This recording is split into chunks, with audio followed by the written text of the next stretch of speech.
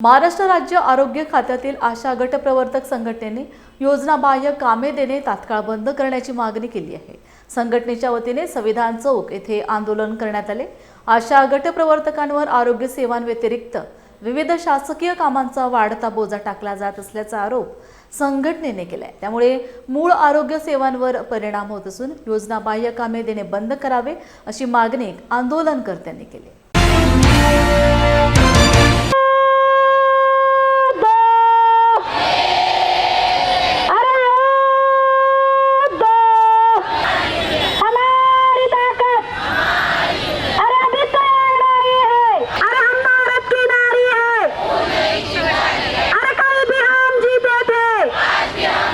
नमस्कार, मी बुट्टीबोरी बोरखेडी PSC आशा worker आहे।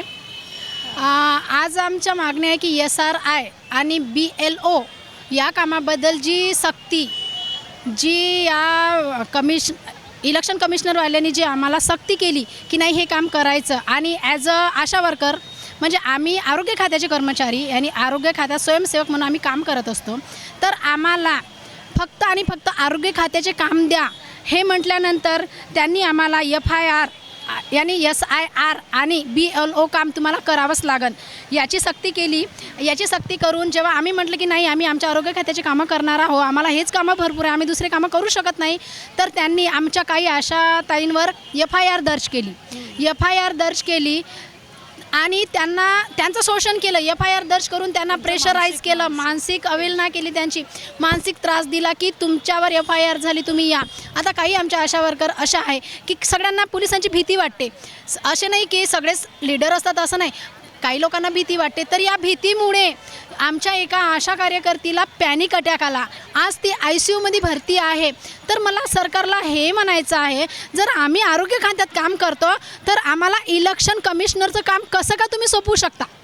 आणि जर आम्ही म्हटलं की नाही आमचं आशा वर्कर किंवा आरोग्य खात्यातल्या पेमेंट किंवा जे आम्हाला मानधन मिळतं त्यामुळं आमचं घर भागत नाही, तर आम्ही दुसरं काम करतो म्हटलं तरी हे लोक आम्हाला म्हणतात की नाही, तुम्हाला जर दुसरं काम करायचं आहे तर तुम्ही राजीनामा द्या आशाच्या कामाचा। जर आम्ही दुसरं काम करायला आशाच्या कामाचा राजीनामा द्यायचा तर मग SR आणि BLO हे तर दुसरं काम झालं ना, हे कसं का तुम्ही आमच्यावर लादू शकता? जर हे लादत आहे, FIR करत आहे, तर तुम्ही आम्हाला आम्ही आरोग्य खात्यात स्वयंसेविका आहो, आम्ही तुमचे सरकारी कर्मचारी नाही आहो, आणि कायद्यानुसार सरकारी कर्मचाऱ्यावर FIR दर्ज केली जाते, स्वयंसेविकावर FIR दर्ज होऊ शकत नाही। तर मला सरकारला हे म्हणायचं आहे किंवा पोलीस आयुक्ताला हे विचारायचं आहे की सर तुम्ही कोण्या कायद्याने आमच्या आशा वर्करवर FIR दर्ज केली? आम्हाला हा कायदा सांगा, कोणत्या कायद्यात कोणत्या अधिनियमात आम्ही बसतो? जसे की आम्ही स्वयंसेवक आम्ही आमच्या मताने काम करणार, आम्हाला जे काम करायचं नाही आम्ही त्याला नकार देणार, आणि जे आम्हाला काम करायचं आहे ते फक्त आम्ही आरोग्य खात्याचं काम करणार, आम्हाला अदरवाईज कोणतंही काम सांगू नका। याच्यासाठी आजचा मोर्चा आहे। आज आम्ही पोलीस आयुक्त अधिकारी इथे आम्ही जाणार आहोत आणि आम्ही THO ऑफिसला पण जाणार आहोत की जर आम्हाला तुमच्यातर्फे हे काम भेटलं तर सर तुम्ही आम्हाला जबाब द्या की हे काम तुम्ही कसं का आमच्यावर लादलं? आमचं काम आहे फक्त आरोग्य खात्यातलं काम करायचं, कारण आम्ही ॲज अ स्वयंसेवक आम्ही फक्त आरोग्य खात्याचं जे आमचं माता मृत्यू दर कमी करणे, बालमृत्यू दर कमी करणे, HBNC HBYC असे भरपूरसे आमचे कामं आहे, आम्हाला तेच कामं करता करता दिवस पुरत नाही, तर तुम्ही आमच्यावर एक आणखी काम लादलं आहे की SIR, आणि नाही म्हटलं तर तुम्ही आमचं कसं का शोषण करू शकता, मानसिक त्रास कसं काय देऊ शकता? आणि आमच्या अदर काही मागण्या आहे सरकारकडे की आम्ही जे 60-65 वर्षाचे जे आमच्या आशा कार्यकर्ती झाल्या आहे तर त्यांना काही लोकांना निलंबित केलं आहे, तर निलंबित केलं तर त्यांना काही द्या। माझं नाव अनिता खंगारे आहे आणि मला थोडंसं म्हणजे आशांचा विषय बोलायचं आहे की बघा, आशा जेव्हा आशाच्या पदावर लागली तेव्हा त्यांनी शासनाने आमच्या वयाचं सुद्धा म्हणजे काही बंधन केलेलं नव्हतं आणि शिक्षणाचं सुद्धा केलेलं नव्हतं, कारण की त्यांनी त्यावेळेस आम्हाला फक्त 150 रुपये द्यायचे।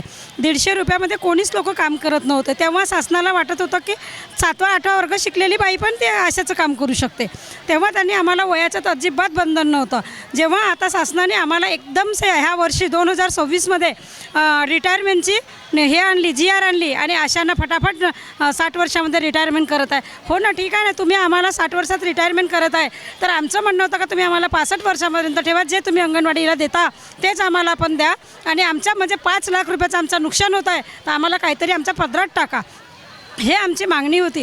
पण शासनाने अजून त्याच्यावर काही अंमलबजावणी केलेली नाही आहे की आशांना काय करायचं आहे म्हणून. आणि पुन्हा आम्हाला म्हणतो की BLOचं काम आहे. अरे BLOचं कामसाठी असे किती सारे म्हणजे शिकलेले मुलं आहे, मुली आहे, त्यांना तुम्ही काम द्या ना, त्यांना तरी रोजगार मिळणार आहे.